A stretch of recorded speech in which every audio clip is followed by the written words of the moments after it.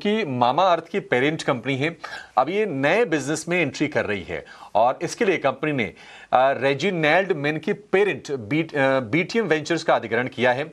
कितने की ये डील है, होनासा कंज्यूमर को क्या फायदे होंगे, ये जरा समझते हैं। हमारी सहयोगी स्नेही शाह हमारे साथ जुड़ गई हैं। स्नेही, बताइए क्या डिटेल्स हैं आपके पास और कितना पॉजिटिव है कंपनी के लिए ये?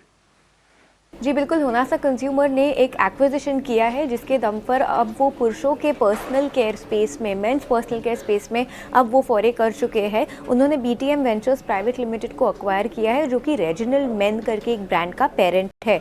इसके पीछे रैशनल क्या है? इस एक्विजिशन से होनासा को कैटेगरी, चैनल और जोग्राफी एक्सपेंशन देखने को मिलेगा। Indian main personal care market जो है वो 40,000 करोड़ से भी ज़्यादा की ग्रोथ की उम्मीद है वहाँ पर 2032 तक। तो ये काफ़ी अच्छी अपॉर्चुनिटी है होनासा कंज्यूमर के लिए। और ये जो उनका एक्विजिशन है ये होनासा कंज्यूमर के साउथ इंडिया के प्रेजेंस में उनको काफ़ी हेल्प करेगा, क्योंकि रीजनल मेन का जो मोस्ट ऑफ द रेवेन्यू आता है, मेजॉरिटी रेवेन्यू वो साउथ ऑफ इंडिया से आता है। इस ब्रांड के बारे में थोड़ा सा जान लेते हैं। रीजनल मेन अगस्त 2022 में शुरू किया त्रिशा रेड्डी तलसानी ने।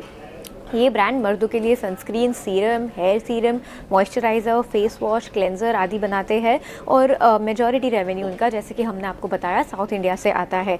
उनका रेवेन्यू ट्रेंड देख लेते हैं। बीवीपीएल जो कि पेरेंट कंपनी है, सिर्फ 43,000 रुपीज़ था 2023 से 24 तक। 24 से 25 में एक बड़ा जंप मारा 20.15 करोड़ रुपीज़ का, और अक्टूबर 2024 से लेके इस साल अक्टूबर 2025 तक 74 करोड़ का उनका नेट रेवेन्यू है। एबिटा रहा है 18 करोड़, एबिटा मार्जिन है 24% पर, जो कि काफ़ी हेल्दी, अट्रैक्टिव, हेल्दी मार्जिन है, एबिटा मार्जिन है।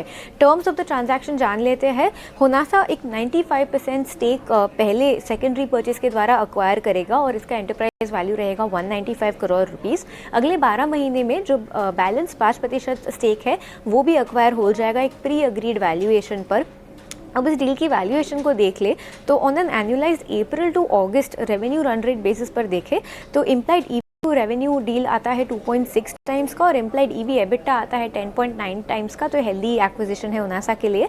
और आखिर में एक झलक डाल देते हैं होनासा के पिछले एक्विजिशंस पर। उन्होंने कई D2C एक्विजिशंस किए हैं पिछले 3 या 4 साल में। गोदरेज कंज्यूमर से उन्होंने बी ब्लंट अक्वायर किया था 2022 में। मेजॉरिटी स्टेक उन्होंने डॉक्टर शेड्स में अक्वायर किया था 2022 में भी। उन्होंने कॉस्मोजेनेसिस अक्वायर किया था जो कि उनके इन हाउस R&D और फॉर्मुलेशन में उनकी सहायता करेगा। और आखिर में उनका सबसे रिसेंट एक्विजिशन 25% स्टेक उन्होंने अक्वायर किया है फैंग ओरल केयर में, फिलहाल इसी साल में।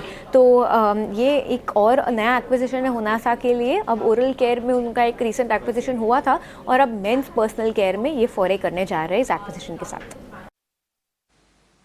ठीक है स्नेही, बहुत शुक्रिया। तो कई सारे कारोबार में उन्होंने एक्सपेंड किया है अपनी बैलेंस शीट को मजबूत करने के लिए।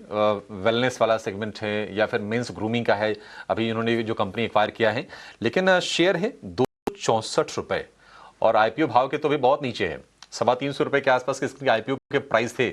और मैंने देखा है कि ब्रांडिंग कॉस्ट इनकी काफ़ी ज़्यादा है, कस्टमर एक्विजिशन पर बहुत ये खर्च करते हैं, प्रॉफिट अच्छे से रिपोर्ट नहीं कर पाए, मार्जिन भी बढ़ा नहीं पाए। तो चैलेंजेस हैं कंपनी के लिए। देखते हैं कि अब ये एक्विजिशन कितना इनके लिए फ़ायदेमंद साबित होता है। लेकिन इस पर जरा एक व्यू ले लेते हैं। लक्ष्मीकांत जी, होनासा कंज्यूमर, आपकी क्या राय होगी?